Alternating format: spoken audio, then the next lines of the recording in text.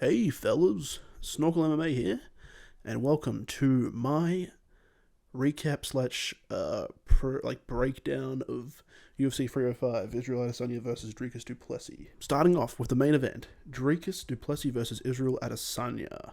Fucking really good fight. I'll just do a round by round breakdown and give my analysis. So, Dricus won by submission, but round one seemed pretty even to me. Adesanya was getting good body shots off, Dricus good leg kicks and blitzes, but I think Izzy landed a bit more, so I gave round one to Izzy. Round two, Izzy got controlled a lot, but landed some clean shots. Dricus landed good strikes in the clinch, and when he had Izzy on the ground, he was getting good ground and pound off. Yeah, so I actually gave round two to Dricus. And then round three, Izzy got some... round three, Dricus got some really good power shots off, but I think Izzy was cleaner, so I gave round three to Izzy. And then round four is where Dricus got the sub. So I think Izzy was actually up in the scorecards. To me, it seemed like Izzy was the better striker, but Du Plessis is the better mixed martial arts. He mixed in the grappling, and he mixed in the grappling really effectively.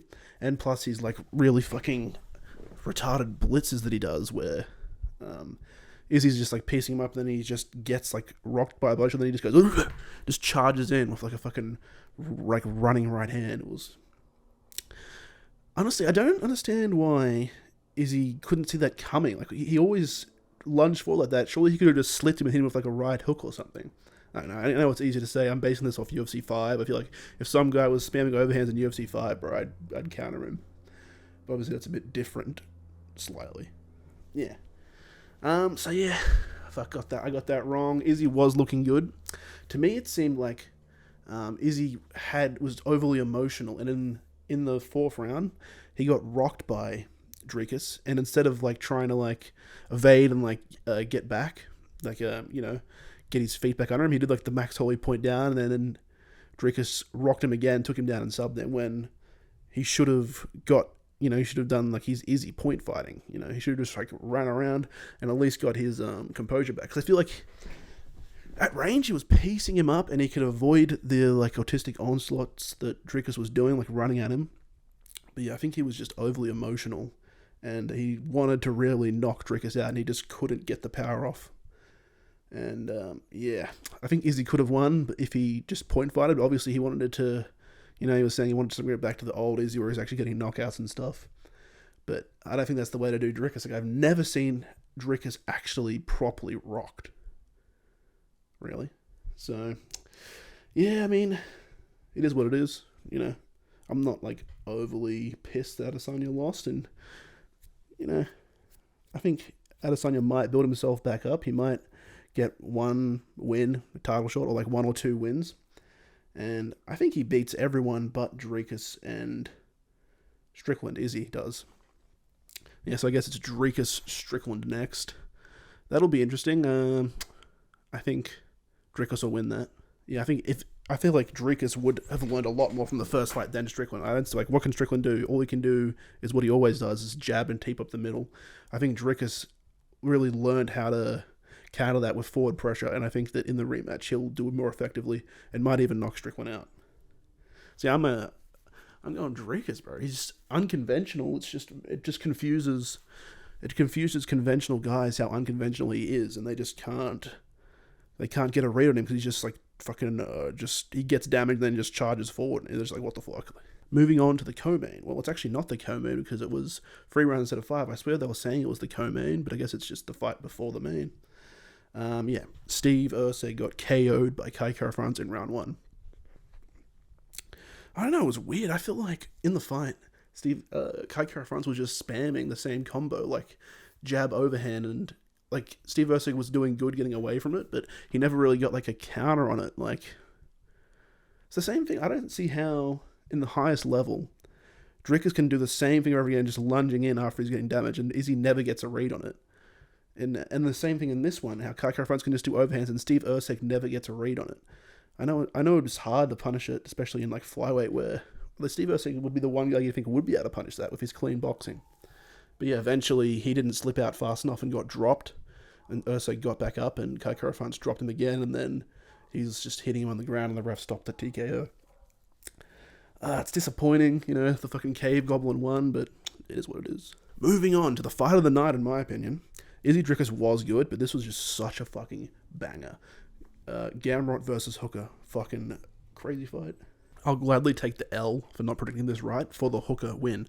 I kind of half... I know I said in my prediction that there's no way he's going to win, but I could kind of half see it playing out like this. But I just thought Gamrot would take him down and be able to control him. I didn't expect Hooker to be able to get up like he did.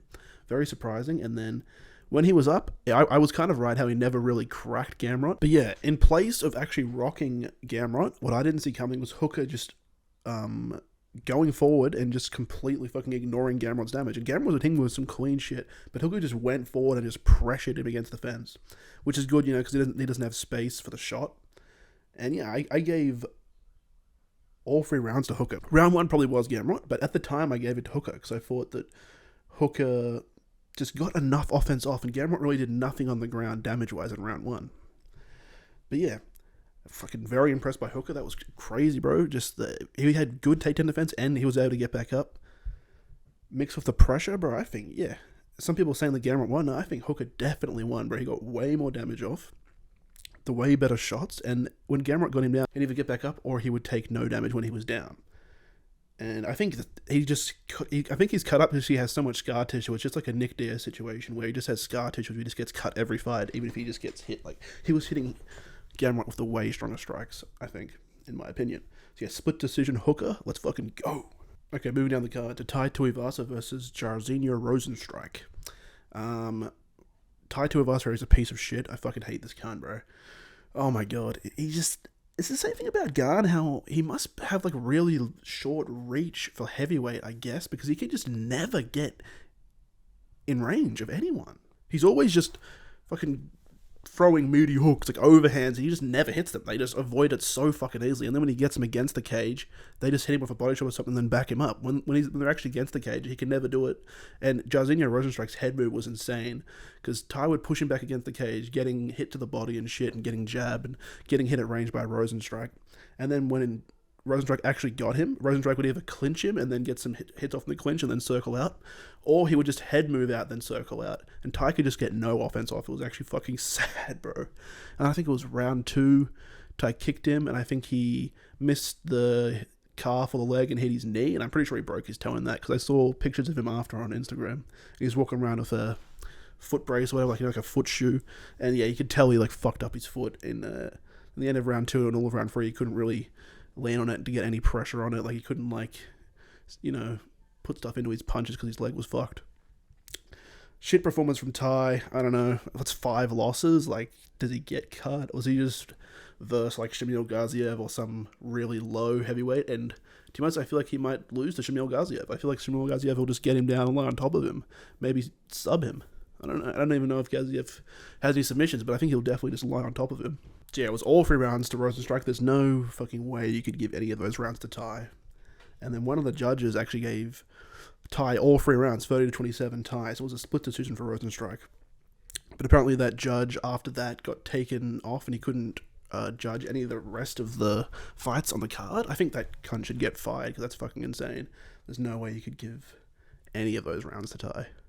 Okay, then moving down to Carlos Prates versus the Leech Li Jingliang. Yeah, this was a fucking great fight as well. It played out almost exactly how I said it was going to in my prediction, where Prates was just pacing up in round 1, but Leech was just hanging on with just grit. And yeah, I think in round 1, Prates dropped the Leech like 3 times, and then in round 3, I think he dropped him twice and ended up knocking him out. Yeah, it was really good performance from Prates. Like, his striking is very effective. It is very heavy striking, very clean. And the Leech didn't look like washed. Like, he was out for 2 years, but he looked alright.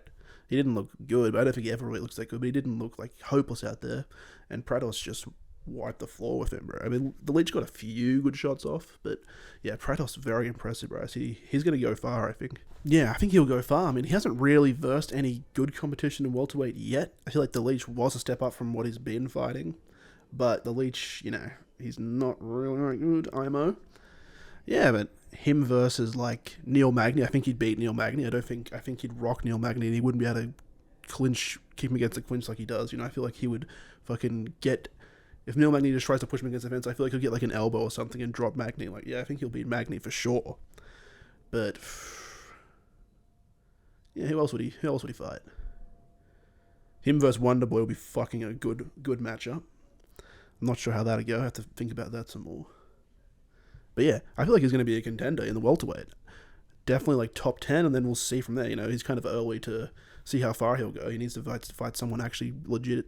But yeah, he looks fucking impressive. Okay, moving down to another controversial fight. Valter Walker versus Junior Tafa. So it started off, Tafa was... I think he rocked him. He was definitely hitting Valter with heavy shots for like the first minute. But then Valter ended up taking him down and controlled him for like the whole rest of the round.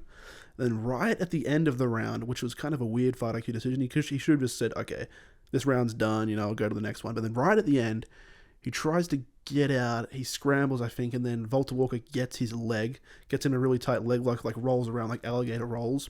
And then Junior Tafa like screams in pain and the ref stops it. I mean, it's not technically a verbal tap, but I feel like if you scream in pain, that's kind of a verbal tap, right? Like, I don't know. It's a weird situation, but yeah, I think that was kind of a verbal tap. That's kind of what I think. But then, yeah, he was super pissed after Junior Tafa, and he, like, gave Valter Walker, like, a kind of, like, a little slap, you know, like the Mari slap, like, yeah, fuck you, like, you know, just a little throwing him, which I know, you know, the UFC, bro, you could get a fine for that. You could have to do a fucking anti-bullying video for that.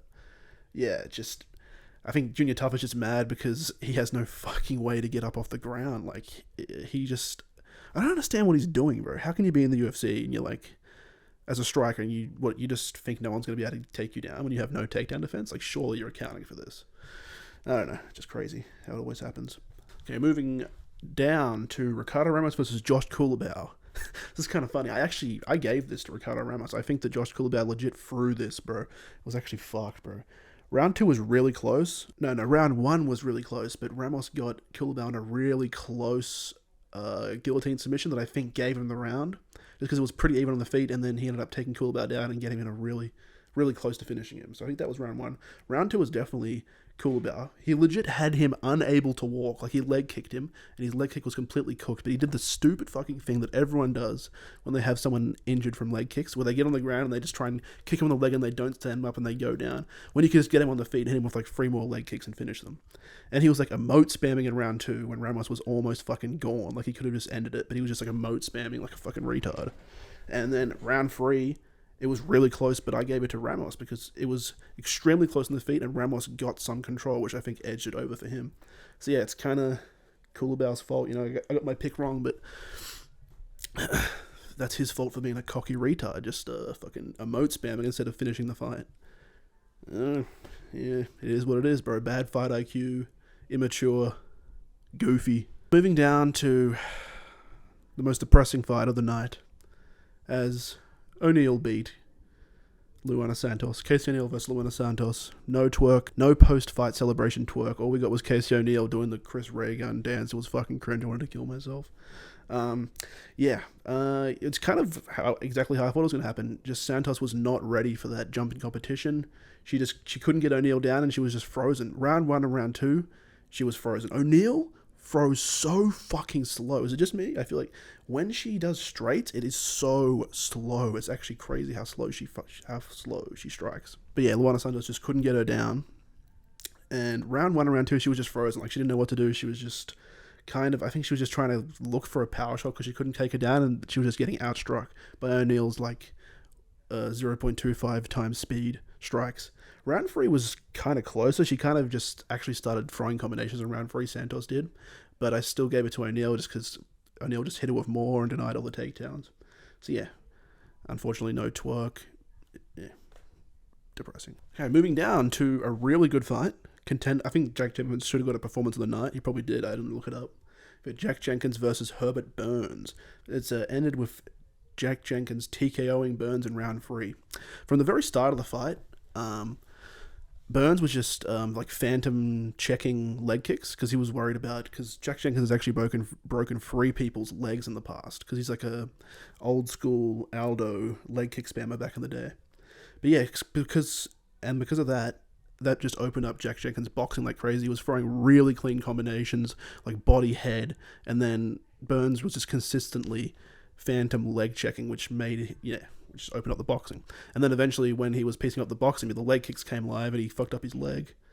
And then, it was really clean performance, really clean from Jenkins, like effective striking.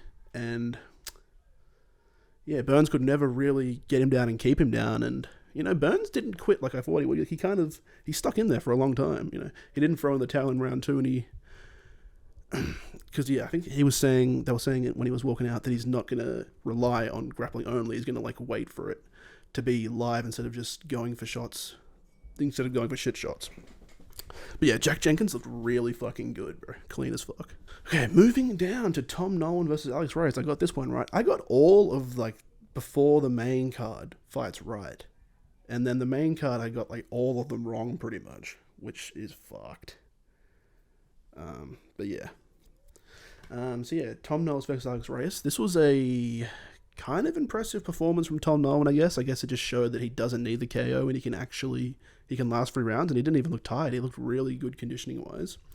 The only thing I'll say is he didn't use his range as well. He had the range advantage, but still he crashed in a lot, and he was just throwing flying knees and spinning kicks and unnecessary stuff where I feel like he could have just done straight punches and leg kicks and just made it so Reyes had to come into him and then counter him. But instead he kind of was just running into Reyes, pushing him back, which is the only way Reyes ever got anything off, is when Tom Nolan went into him, and then Alex Reyes got him down a few times, but Tom Nolan got back up instantly, didn't really get anything off, and the only damage he took was when he charged in and got countered a little bit. It was a really good performance, but I feel like if he does that against someone better, he keeps charging in and not using his range, he might get clipped and knocked out. But it was an impressive performance from Tom Nolan. Unanimous decision. I think he won all 3 rounds. It was really good. Okay, guys, that's all from me. Thanks for watching. The last video did really well, and we got some new subs. Thanks for that. Actually really popped off. I feel like pay-per-view predictions pop off, so maybe this will pop off as well. That's good. And then we're back to the fucking Apex and no view videos. But, it is what it is. I'm really happy with the last video. And, thanks for watching. See you around.